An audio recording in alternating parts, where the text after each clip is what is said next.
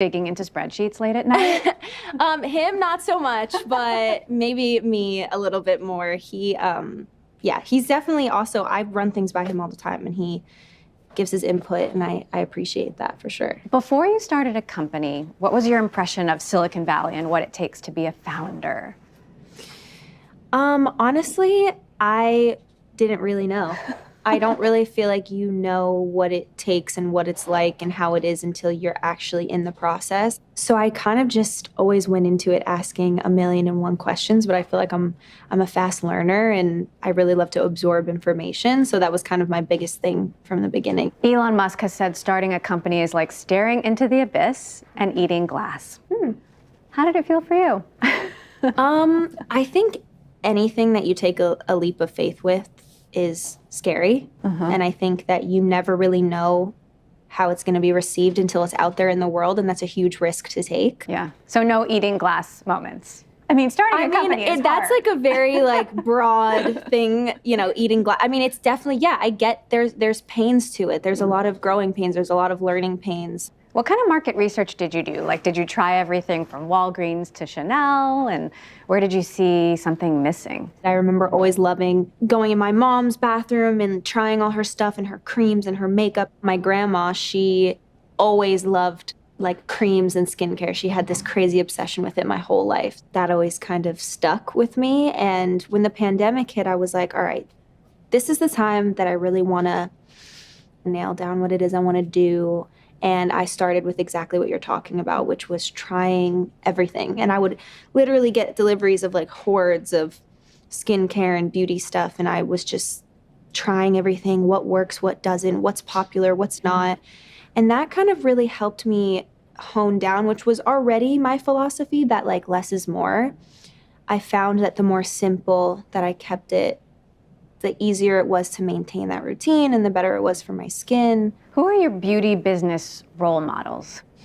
I think there's a lot of people that have gone and done this before me. I think I have a lot of people in my life and friends of mine that have even developed their own brands and businesses that I'm just like so impressed by. And I think what's nice about that is there's people to be able to run things by and have those conversations with. And to be honest, I admire any woman who takes the leap of faith to launch their own business. Initially, there was a super long waiting list. Yeah. Was scarcity part of the plan or part of the strategy? People want what they can't have, or? No, I almost wish that it was, because then maybe that would be a better explanation for why. But it was honestly, we did as much demand planning as we could for what we were projecting was going to be the feedback and the popularity, but it just completely far exceeded everyone's planning and expectations. So let's talk about the growth plan, because you are expanding globally. What's the ambition there? Where do you want to be? What about new products? With Canada, that was what we felt like was the next best territory to enter into, not only because it is basically the neighbor to the US, but also because my husband's Canadian. So I really felt like Canada needed to go next. And then our plan is to then go into the UK. And we're kind of just taking it one place at a time. Obviously, I want it to be everywhere possible. I know you're funding most of this with your own money. Yeah. Are you planning to take on new investment or raise new funding?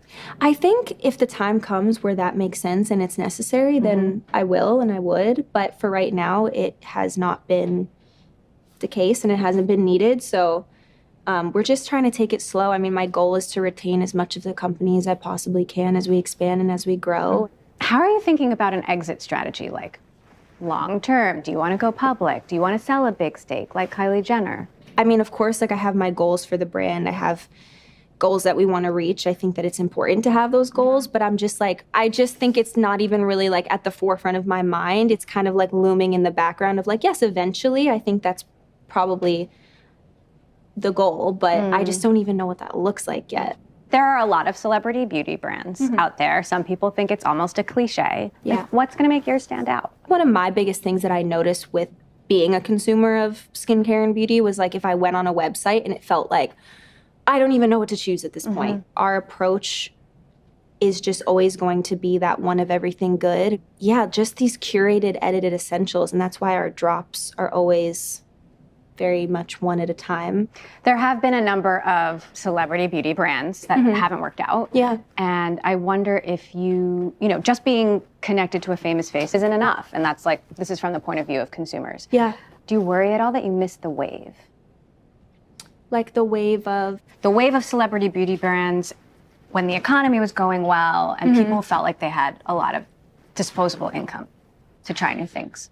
I don't feel like that's the case. I do feel like people had a fatigue of celebrity beauty brands. That is a tongue twister. I know. I do feel like there was a fatigue. I felt like when I announced the brand, of course, there was people that were like, oh, here we go. Here's another one. And I'm like, I get that. I understand. I'm also coming from the point of view where I'm like, trust me, I know, but this is my approach and it is different to other people. And my goal from the beginning was that this brand, if you took me out of it, would stand on its own, regardless of me. Internet's always talking.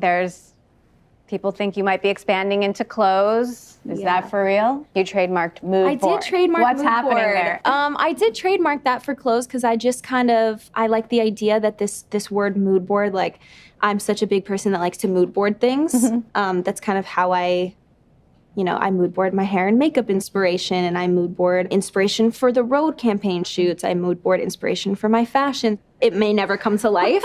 It may be for something else, who knows, but I just kind of I had that name in my mind for a long time. So we'll stay tuned, maybe. Stay tuned. Perhaps mood board will come to see the light of day. Okay. Your fashion and makeup tips can either spark like the next big beauty trend or you get some serious backlash. And I'm curious if you're ever surprised how the world reacts. It comes with the territory. I think that it obviously makes me sad because I feel very misunderstood and I feel like there's nothing you can do to try to get people to understand you and know you. But I think that the bad side and the negative side of the internet doesn't outweigh the good side and the positive side. How does it feel to be someone that so many people have opinions about?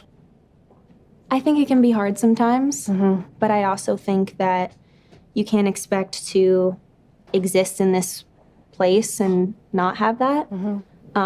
So I think sometimes it's just a harsh reality check for me. I also think it boils down to, having to learn how to navigate it and be able to shut all of that stuff out. And for me, it's like the internet is not real life to me. Like my real life with the people that I love is my real life. And sometimes it's hard to just stay there and stay focused on that when things online can feel loud and disruptive. I don't think there's anything in the world that can prepare someone to step into such a broad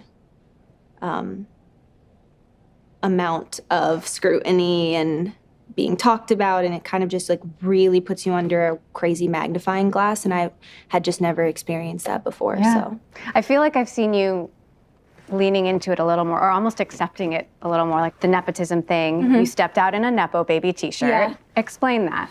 The Nepo Baby t-shirt was just meant to be my little comment on the whole discourse that had been going around. And, my point to having worn the t-shirt was not to poke fun at it or kind of be like, yeah, I'm a Nepo baby and ha-ha type of a thing. It was more so to be like, this is what everyone is saying, and I want you to know that this is my way of responding to it and my way of acknowledging it in a way that is so overly literal that it's like, I'm just gonna call myself a Nepo baby because I am one, and I embrace that I am.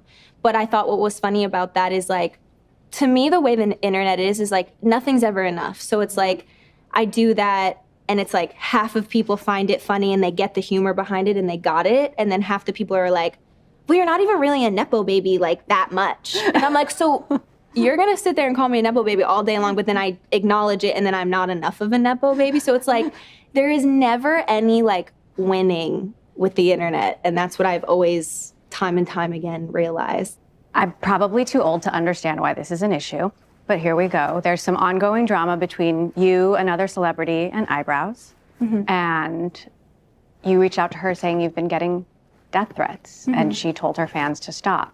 I don't think that this is about me, Hailey Bieber, and Selena Gomez. This is not about this pitting between two women and division between two women. It's about the vile, disgusting hatred that can come from completely made up and twisted and perpetuated narratives that can be really dangerous. And I think that it's an opportunity to really stand for bringing people together and not being okay with the kind of division that it caused, because I'm not okay with the kind of division that it caused. I don't like this whole idea of team this person and team this person. I'm just not about that. I want to be able to bring people together, and I think that that was a really important moment for people to see that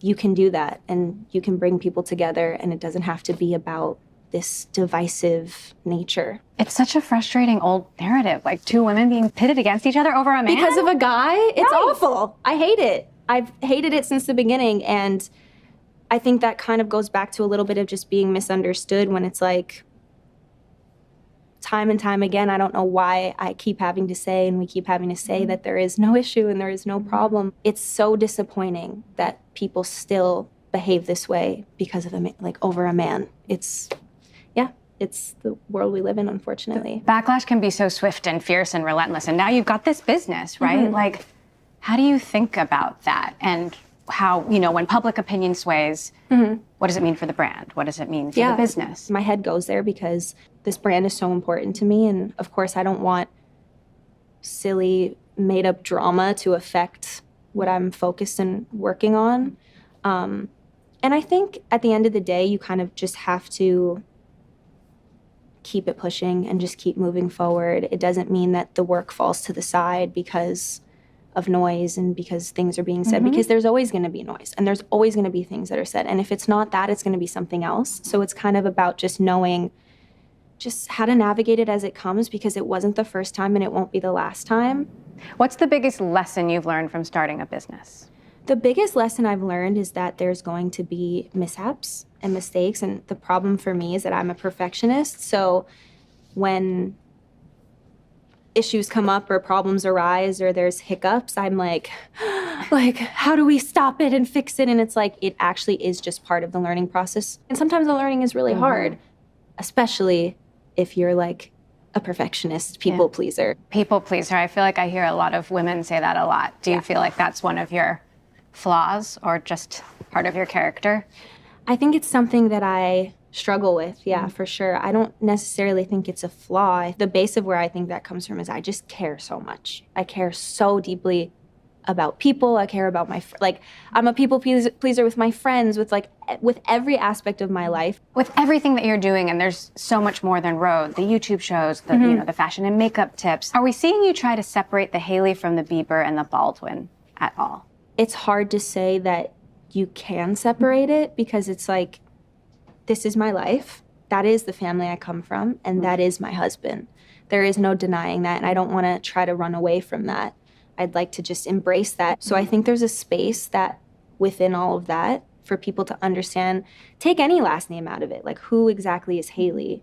And I think my journey with the YouTube channel and kind of the vlog style videos I put out is really just for people to be able to connect to who Hailey is without the last names, without the headlines, without the gossip, without all that other stuff, and just form their own connection to me personally, as much as that's possible through social media. So 10 years from now, what do you want people to be talking about? I know what I don't want them to be talking about anymore. I always want Road to be a reflection of my life and where I'm at and what's going on with me in that time. So I feel like if I see that being motherhood in a different space, then I feel like the brand in some ways will definitely reflect that as well. Well, you are multi-platform in a multimedia world. Yeah, and it continues, and it's been really fun. There's nothing better than being able to kind of really have ownership over your own platform, and it be this machine that's kind of funneling all things in one space.